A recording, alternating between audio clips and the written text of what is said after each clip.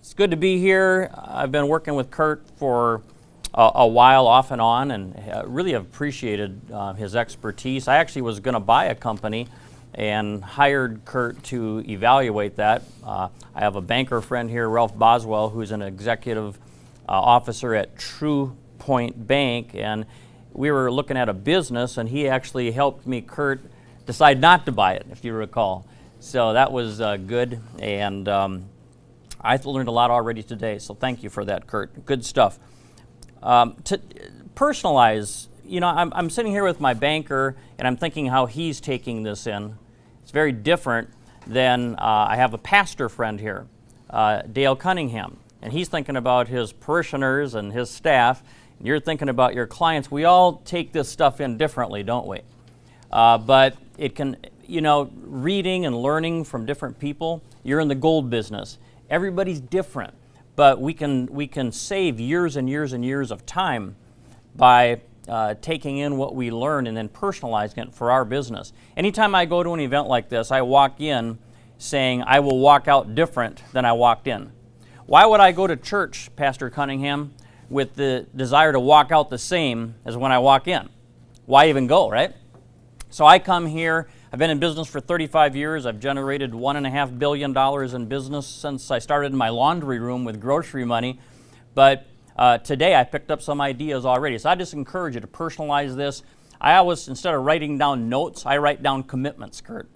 Here's what I will change today and do differently going forward. And I wasn't really being rude when I was starting to type, but you gave me a couple ideas, and I immediately emailed it to myself so I could make commitments as to what I'm going to change and what I'm going to do.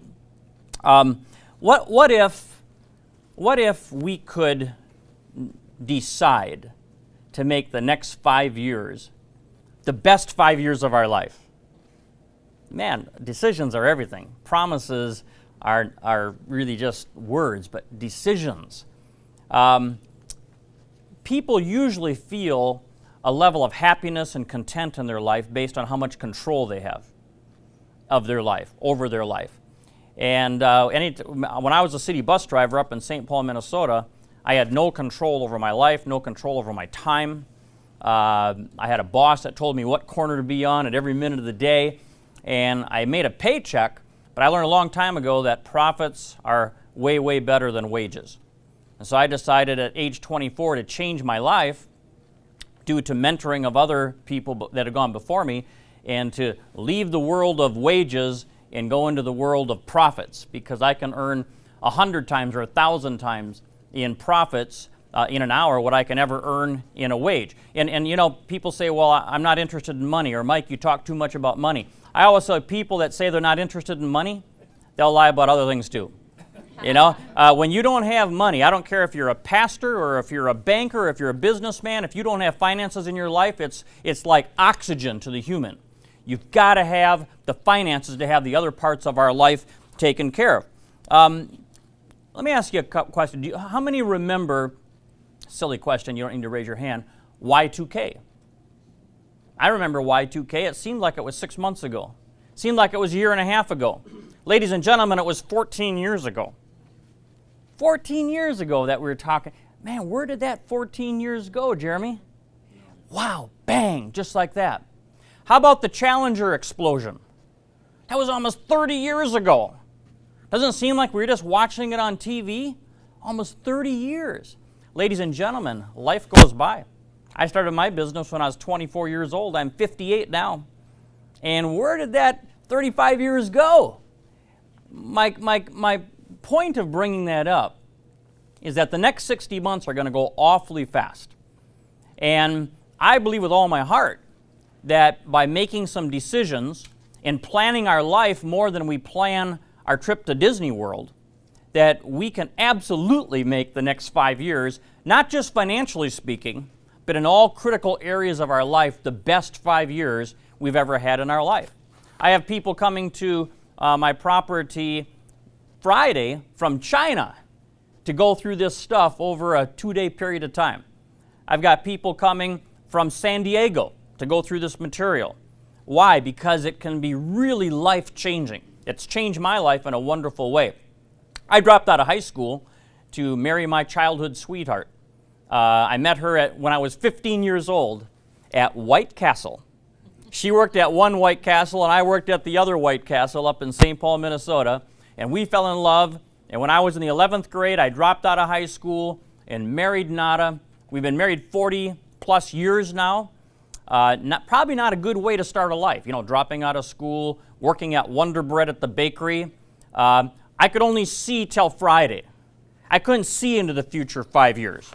But by meeting the right people and having the right mentors and making some decisions, I was able to go from that week-to-week paycheck mentality, just managing my life for the week, to really looking into the future and changing my life in a huge way. Life doesn't slow down, it speeds up. And one of the things I find that, for me at least, is I like to work with urgency. I've had many assistants and secretaries in my life, and they've all said the same thing. Man, like, everything is urgent with this guy. I don't care what it is. I work with a level of urgency in my life, and I find that a lot of people are really, really casual about life and really, really casual about the future. And if you put a level of urgency into things, it changes everything. I kind of say it like this. I pretend like it's always the fourth quarter, and I'm 2 touchdowns down, even though I might be 4 touchdowns ahead. I work with the same level of urgency, even if everything is going really, really good, and that's helped me dramatically in my life and in my business. So Mick Jagger says, you don't always get what you want, but sometimes you get what you need. Here's what I say, you get what you deserve. Our businesses, the level of operations and success and profits is what we deserve. My health is what I deserve, okay? Some things I can't control. But the heart attack that I had 2 years ago, and the pacemaker in my chest, and the defibrillator, and the diabetes that I have, are a series of decisions I made when I was in my 20s and 30s. And I got to pay for that now. I got to pay for that now. But here's the good thing. I can make the next 5 years the best 5 years of my life when it comes to my health, and I fully intend, and I'm doing that. I'm crunching down about 30 hours worth of stuff into 40 minutes. So I'm going to go fast, but thoughts are things. Napoleon Hill taught us that. Okay? James Allen, I'm reading his book for about the 25th time. He says, as a man thinketh, what we think about repeatedly all day long, we become. Okay? I was telling that to a businessman friend of mine. He said, if that was true, Mike, I'd be a woman. You'll get that, No, that's not what we're talking about. Okay? What we think about all day long, we become. Proverbs 23:7 says, as a man thinks in his heart, so is he. If we think about bills all day long, Jeremy, guess what we get? We get more bills. If we think about debt all day long and worry about debt all day long, we get more debt. If we think about a downturn in business, that's what we get more of. On the other hand, if I think about a bad heart and bad blood sugar, instead of thinking about where I want to go, I'm going the wrong direction. Let me show you an object lesson on thoughts or things. I want you to understand something. I'm living in a basement laundry room apartment with the laundry room I'm living in my brother's basement. The laundry room is my wife's kitchen sink. I've got 2 children under 5 years old. Okay? Nada's 8 months pregnant. I'm using WIC food stamps to be able to feed my kids because my bus driving job doesn't pay enough to the end of the week. And I get involved in home-based business, direct selling. And I win a trip to San Francisco. Now, Nada and I we had never flown on an airplane. We didn't have luggage, But we win this trip to San Francisco, and I go out there and I see a picture. Now, you got to go back where I'm living at home, in this basement. Okay, Nada's pregnant. And I see a picture. On this, like you see Elvis pictures on the side of the road and these different things that people do. I see this picture, and this is the picture. I got that picture in 1970-something. I forget when it was. But I got this picture, and I've always been a car guy, Jeremy. I've always loved cars. So I get this picture, and this was like a big, expensive picture for me to buy, you know? And so I buy it and I bring it home, and I burn that picture into my mind. Because I said, someday, Kurt, someday I'm going to have a garage like that. Now, I don't say what I say in an egotistical way. I say what I say to help you see and help us see that thoughts are things, and thoughts do change the direction of our life. How do I put that picture up here, Kurt, that I wanted to show? Where do I find that, buddy? Can you do that for me? So, fast forward. I start my business at 24 years old. I build it up. I move my business from Minnesota to Tennessee, and I buy some property out in Greenville, Tennessee, up on top of a mountaintop, and I'm getting ready to build my home and build my garage. This picture was burned into my mind. What am I doing wrong? You're not me. Okay. Give me your flash drive. I'll go through the flash drive. Isn't it right there on the right? It won't open. Okay. I'll try the flash drive. Do you have it with you? Yeah. Give it to me. Talk. Okay. So I start building this house, and I start building this garage, because I want to build a garage like that. And when you see it, you'll see the likeness. And so we start building the garage. My builder is from Bluntville, Tennessee.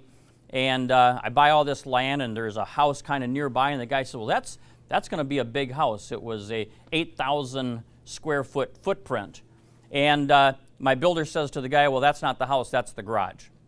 Okay? Make a long story short, that photograph turned into a reality in my life. We might not be able to see it, but believe me, it's quite immense, and it's quite impressive, and it's a direct relationship to that photograph.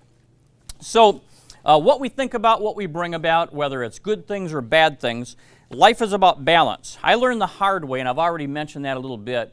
I learned the hard way in life that balance is important. Because I spent my whole life building businesses and building success and building income, wealth, and I let other things in my life lapse. Sometimes people say, you know, you can have your cake, you can't have your cake and eat it too. Why would you want cake that you couldn't eat? Help me with that. Of course you can have your cake and eat it too. Of course you can have a good family and good income and good health. Do you see the likeness? Okay? See, I saw that thoughts are things, ladies and gentlemen. Okay, I'm living in a basement apartment feeding my kids with food stamps. And this thought comes into my head that someday I can change my life. So I build my garage, and I built my garage before my house, Jeremy, because that was big in my life, you know, all that. And in fact, I've always figured that if I'm going to have hobbies or have things I like to do, why not make it into a profit center? So we started a business called American Buyers of Classic Cars. We're like the online dating service for classic cars. We match buyers and sellers, people that want to trade, people that want to consign. We put them all together in a room online. You can have good health and good relationships and good income, but it's got to come from balance. So I learned that the hard way, but eventually we got there. Here's my problem, is that when I was at work, has anybody ever had this problem? When I'm at work, I'm feeling guilty because I really should be with my kids, because I'm a workaholic. So I want to be with my kids. Then I'm with my kids. Guess what I'm doing when I'm at a picnic? I'm on a conference call. Or I've got my webinar going. I'm in Australia or Africa or Asia, and I'm supposed to be out fishing or doing something with my wife, and I've got a computer going. See, I had to learn how to create balance in my life and how to create some boundaries and some barriers so that I could have it all. And I believe that we can all have it all.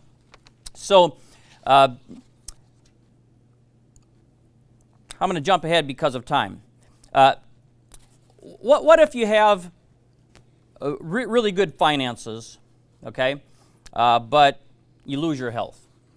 That's not a good thing, right? What if you have really good finances and really good health, but you lose your business? Kurt, I learned that what got me here won't get me there. I learned it the hard way. I went from 1 employee to 1,100 employees. Remember, I dropped out of school. I don't have a Harvard degree. And I learned to delegate. But I learned to delegate too much. And I delegated to people that didn't have my best interest at heart. And it came back, Ralph, to hurt me, didn't it? In a big way. But you know what? The good news is even though I lost $30 million in a week, I could rebuild it. I could rebuild it all. And I didn't jump off a cliff like the guys in 1929. I didn't say, oh, woe is me. I said, you know what? What I learned to do the first time, I can do again. Because here's what they can't take away from you and me. They can't take away who we become. They can take away stuff, but they can't take away who we become. And that's why that other stool, there's a stool, imagine legs under it. There's a lot of parts to this, Kurt, selling and management and delegation, but there's a stool called personal development. And if you never change personally, I don't care how much money you get or how much success you have, guess what? It's going away. We've got to become more so we can have more in life. So I'm going to, the little bit of time that we have left, and how am I doing on time? Who's the timekeeper? You're good. You've got about 23 minutes. Okay, I'm doing good. I want to talk to you about 5 areas of life and how we can make those 5 areas the best in the next 5 years of our entire life. You know, since 2008, it hasn't been so good for some of you business owners, right? See, when the banks crashed, a lot of businesses got hurt really, really bad.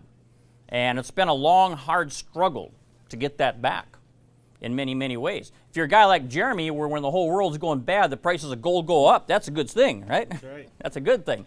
But the fact is that it's been a tough 5 years for a lot of people in the world of business, 5, 6 years. But man, I believe with all my heart. I mean, I worked through the recession of the late 70s and early 80s, when if you went to buy a house, a mortgage rate could be 19, 20, 21%. Some of you old timers remember that, right? Unbelievable. Could you believe, Ralph, that there are going to be mortgage rates of 19, 20%? Okay? Inflation was double digit. Interest rates were double digit. Okay? Unemployment was double digit. They called it the misery index. Today we talk about how bad things are. That was really bad. Okay, but you know what? You can grow right through that anyway. Some people in the stock market world talk about you can prosper in good times and bad times if you understand how to work the markets and all that kind of stuff, right? Well, I believe that about business. I don't care in what Kurt's been talking about. I don't care what business you're in or what you do. We can prosper even in really bad times. We can make the next 5 years the best 5 years of your business. So here's the 5 areas that I like to talk about. Number 1 is your health.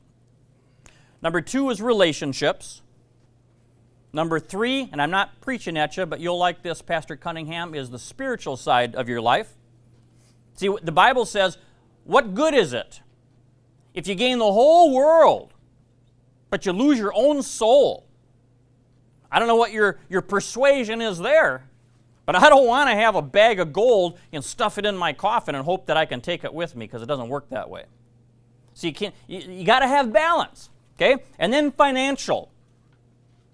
And then finally, business, because business drives everything. Here's what I did when I was 24 years old. I built a business that I started in my basement laundry room, and I put it on a pedestal. Because I believed that if I would nurture the care and nurturing of my business, that someday it would take care of all the other needs in my life, including the financial side of my life. So I put a great deal of urgency into the financial side of my life and the business side of my life. First thing we're going to do is we're going to take those 5 areas and we're going to set up destination points. Okay, there's a huge difference, ladies and gentlemen, between destinations. See, people talk about destinations all the time. I'm going to go here, I'm going to do that, I'm going to weigh this, I'm going to earn this, I'm going to have this. They talk about destination, but guess what they never talk about? They never talk about the actions that we got to take to get to that destination. I can't go to Disney World unless I have a road map, unless I got some gasoline, unless I got a vehicle, right? So I've got to have some activities, but we're going to start with destinations, and that is, where do you want to be and where do I want to be? We won't be able to go through very much of this, but where do I want to be in 5 years when it comes to my health? I can tell you, for me, I want a new heart.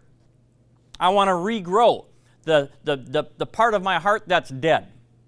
Can that be done? Absolutely, positively. With the right actions and the right activities, I can rebuild my heart. With relationships, where do I want to be in 5 years? I've been married for 40 years. I love my wife more today than I did when we were married 35 years. When we were married, it's getting better all the time. It doesn't get worse, it gets better. But that's a destination. In 5 years, I've got certain things that I want to do with my wife. She's a professional bird photographer. She's got 85,000 photographs of birds. I know more about birds than I ever wanted to know. I know about the extinct ivory-billed woodpecker. And I've promised her someday, baby, we're going to find it. I don't know where. There's a valley in Africa that's got over 10,000 different species of birds. What an amazing God. What an amazing designer. Okay? And so I've got certain things that involve my wife. See, when I was young, I was selfish. And I really didn't understand how to build a relationship. And what marriage was about and what love was about. And it's not all about me. See, all I want to do is race super late model 900 horsepower race cars. That's what I did every Saturday, every weekend. And she would come and she would get dirty and she would watch and she would support me. It took me a while to figure out to build the right kind of relationships. Let me give you an example. If I want to have the hottest, most wonderful, most fantastic relationship with my wife 5 years from now, are there some actions that I could take starting in the next 30 days and then the next 7 days? See, when I tell people, here's where you could be financially in 5 years, they go, oh yeah, I like this seminar. Then I tell them what they got to do the next 7 days.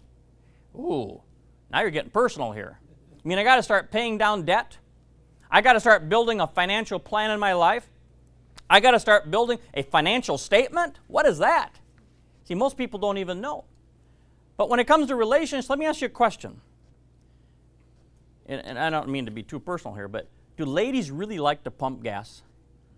No, I don't know a single lady in the whole world that likes to pump gas. Let me ask you a question, gentlemen. What if magically, every weekend, your wife's gas tank just got full? Jeremy? Somehow it just magically gets full in the garage, huh? How would that make a difference in the relationship with that love of your life 12 months from now? That's just one of dozens of things as a husband that I could do that could have a dramatic, how much, Jim Rohn says, things that are easy to do are easy not to do. How hard is it to have the magic gas pump, right? The magic gas pump. When I see Pastor Cunningham with his wife, I don't know how many years they've been married, it's a long time, but I noticed something. She doesn't know what a door handle is. She's never opened up a door handle because this guy runs around and opens the door for his wife. I don't know, they've been married for decades probably, but he's still one of those gentlemen that believe that you go open the door. Could that make a difference? Is that a little thing? Does it cost anything? No, it doesn't cost anything. It's a little thing. But it does make a difference, gentlemen. Over the next year and the next 5 years, the relationship with my spouse. And it works both ways. It works both ways. That's just an example of a destination where I want to be a year from now and 5 years from now in terms of my relationship. How about with my kids? See, the other day, I was looking at a book, Robia. Robia, you see, I couldn't have the businesses I have, Kurt, if I didn't have great people around me. And I've got great people that run the classic car business. I have great people that run the Jeep business. I have great people that help me with the green technology business. And Robia is one of those people. He handles a lot of stuff for me that I can't handle or don't want to handle when it comes to the green technology business. But he also has another deal going. He's been trying out for son-in-law for 8 years. He's working on that. He's dating my daughter, Heather. When it comes to relationships with your kids, I was going through books, Robia, that you don't know this, that I used to read to my daughter every night. You know what?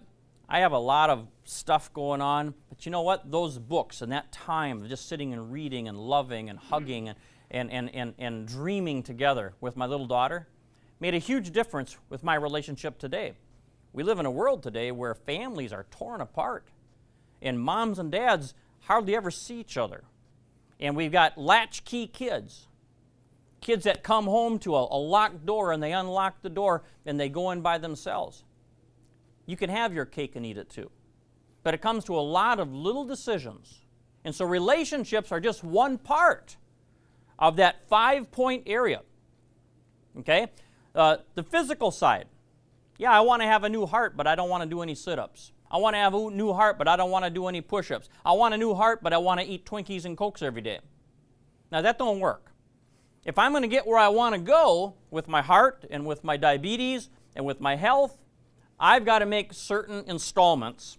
And so what I do is I start at 5 years with a client, and then 1 year, and then we go to, what are we going to do, Kurt, for the next 30 days? What's different the next 30 days that's going to lead to that destination? And then we break it down to, what are we going to do the next 7 days? Monday, Tuesday, Wednesday, Thursday, Friday, Saturday, Sunday. In terms of my relationships, in terms of the spiritual side of my life, in terms of the health side of my life. And now let's finish up, talk about financial for a minute, okay? Because the financial side of our life has a huge impact on the other areas of our life. How can I have the best 5 years of my life financially the next 5 years? Number one, I can set a destination 5 years from now and 1 year from now for debt. Ladies and gentlemen, debt is a disease, and it is permanent. It is terminal. We live in a society today where the average man, woman, and child have over $11,000 in credit card unsecured debt. If you add up all the credit card debt, that's what it comes out to. Okay? That's a disease. And we've been sold. We watch the Olympics, and we've got Visa and MasterCard and American Express, and everybody's selling us on instant gratification, what I have to have now. When I met Robia, he had a large amount of debt. He was very young and no way out. I was so proud as a future father-in-law to have him set a goal to be debt-free by the end of December 2012. Jeremy, you know Robia when he had lots of debt, and now you know him where he's debt-free. And I'll guarantee you it's happier, it feels better, it's better for relationships to be debt-free. So we start with people and say, okay, 5 years from now, here's where I want my debt to be. And for me, it's zero. I'm talking about secured debt, I'm talking about unsecured debt, I'm talking about mortgages. I'm not one of these people. Sorry, Ralph. Sorry, Mr. Banker. I'm not one of these people that believes in using other people's money. When I have debt, my immediate thought is get rid of it. Get rid of it now. When I built my first home in Minnesota, it had a $102,000 mortgage. To me, that was like monstrous. I couldn't believe it. I was going to have to pay $300,000 over the next 360 months to pay $102,000 back. I set a plan, Jeremy, to pay that mortgage off in 7 years.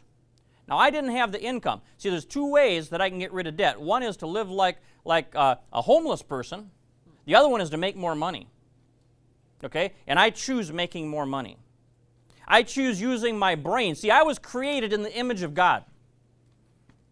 That's what the Bible says. And I believe the Bible. And it says that God was the great creator.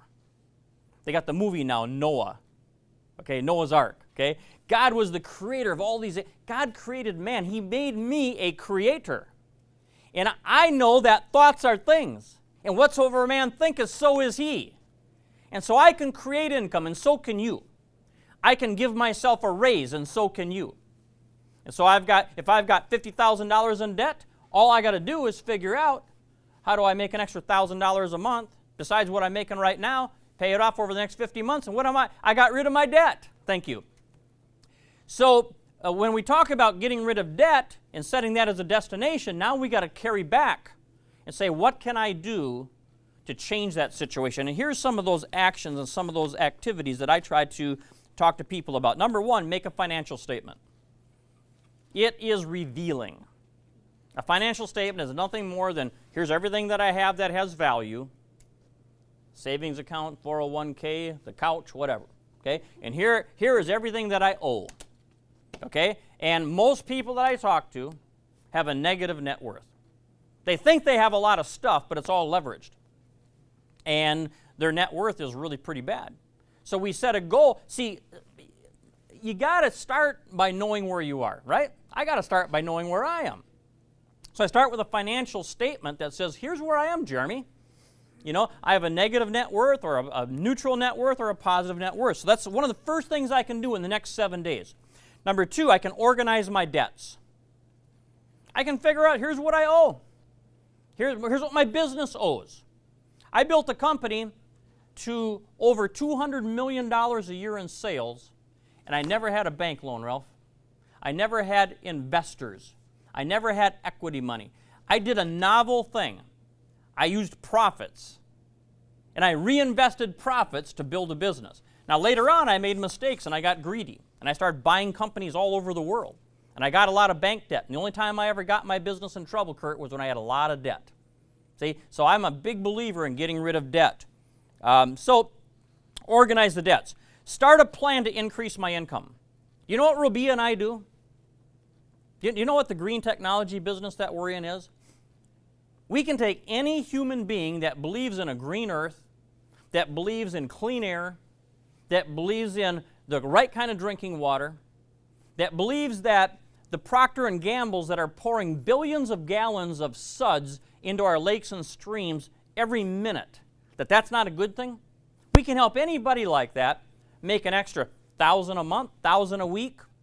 I've got people that make $1 million a year in the green technology world.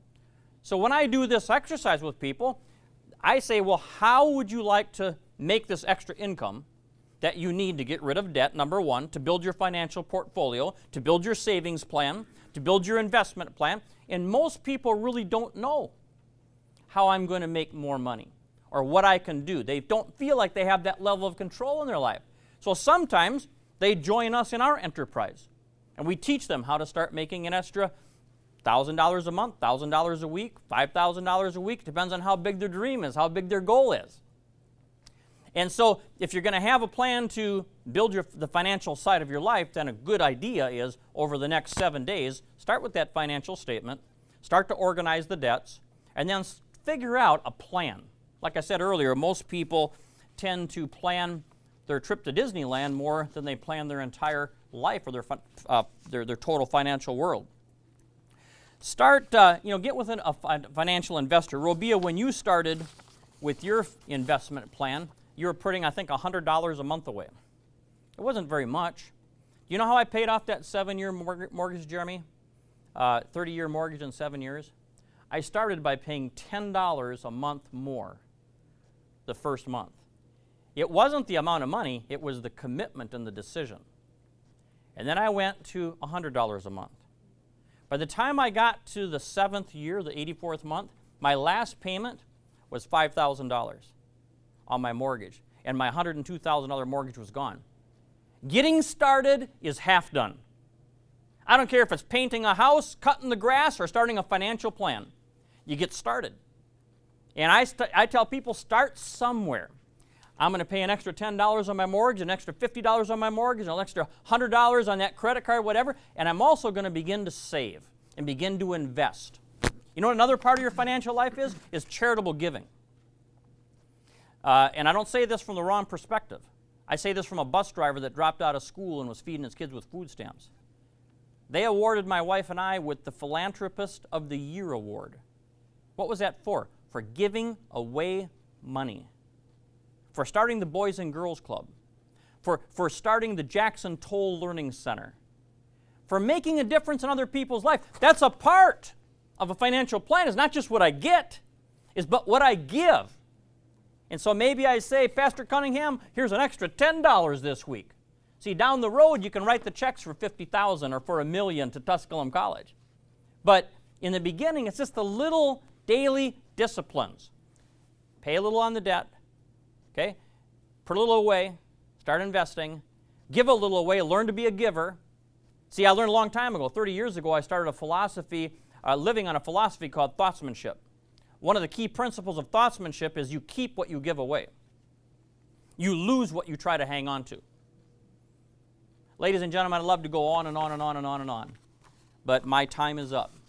And I hope that the tiny little bit of time that we had together will make an impact on you.